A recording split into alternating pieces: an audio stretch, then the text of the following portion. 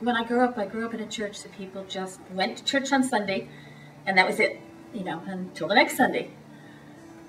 And then when I started teaching in the inner city, I saw so much poverty, and I kept wondering why the churches weren't doing anything about it. And most of them weren't. A couple were, but not most.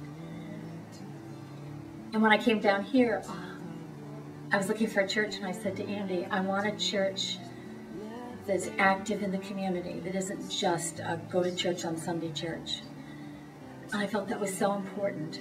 Andy had seen an article in the paper about a church out in the Midwest who gave away back to school clothes. But it was a large church, so we got talking about the fact that, well, we really didn't think New Hope was going to be able to afford to do back to school outfits. But we thought, well, kids need something new to go back to school to feel good about themselves in. When I was teaching, I saw kids come to school in winter in flip-flops because that's all they had. So we got thinking about that, and we wanted new shoes because we didn't want to get hand-me-down shoes that isn't the same for kids. It was like to give them that morale boost.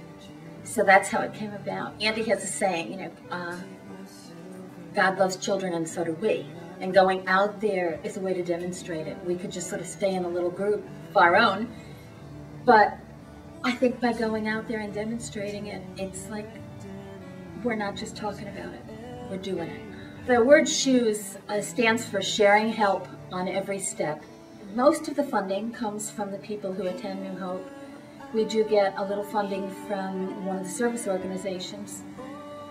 And then we take the funds and we buy gift cards for Payless Shoes. And now we're doing $25 gift cards. We first contacted Big Brothers Big Sisters and had kids referred to us from there. That was 5 years ago. And then it was Big Brothers and Habitat for Humanity. And now it's those two organizations. It's also the CHIPS program at Goodwill. It's Salvation Army. It's a shelter for abused women. We get referrals from a lot of places. Before school starts, we give them the cards, and then they go up to Payless Shoes and pick out any pair of shoes they want. We've done, over the past 5 years, over 875 cards. A woman came in who was really perspiring heavily, didn't look well, looked very, very pregnant. And she was going to get 4 cards for her kids. And this woman said, I'm in labor, but I needed to get shoes for my kids. So she came here on the way, you know, and it was, you know, we thought, okay, here's a person who desperately needs this, you know, for her to come here on the way to the hospital, because there aren't too many people that would do that, you know.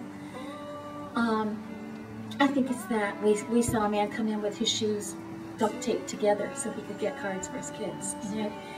It's seeing those families that we hope we're at least making a difference with them, and we've had people say to us how it has made a difference for their kids. A woman came up to me at a picnic who had received shoes from us, and she gave me a hug and she said, I want you to know if it wasn't for your church, my boys would not have shoes on right now. And I looked at this woman, and I guess that meant it all right there to me, is here is this person that she lives in Northport, you know, she doesn't come to New Hope, but we made a difference in her life. And I think that's what service means to me, is doing things for people that make a difference in their life. It may be a small difference, it may be a major one, but it's showing love to people. I think it's showing them that somebody cares about them, you know, that here is our church, and we obviously care enough to do something, and a lot of people don't feel like there's anybody in their life that cares about them. It's letting them know that Christianity isn't just about going and saying some prayers. It's about showing action to show that a Christian person truly cares about other people, and follows it up by doing something. Christ truly cared about kids, demonstrated it in the Bible over and over, his love for children. And I think that's the point of our Doing the Shoes project, is for people to see that Christ still loves children, not just 2,000 years ago, but Christ still loves children now.